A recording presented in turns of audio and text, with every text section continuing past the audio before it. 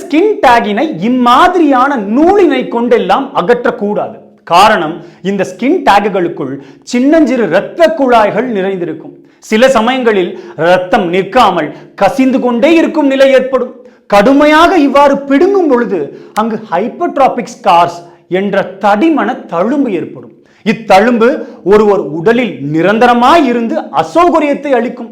சில ஸ்கின் டேகுகளுக்குள் சின்னஞ்சிறு நரம்புகளும் இருக்கக்கூடும். அப்படி இருக்கும் தருவாயில் அந்நரம்புகளும் சேதமடைந்து அங்கு உணர்திறன் அற்றும் போய்விடலாம். எனவே எப்பொழுதும் உங்கள் தோல் மருத்துவரை அணுகுங்கள். அவர்கள் அதனை பரிசோதித்து கிரையோதெரபி, எலக்ட்ரோகாஷரி போன்ற பாதுகாப்பான முறைகளில் இவற்றினை அகற்றிடுவர்.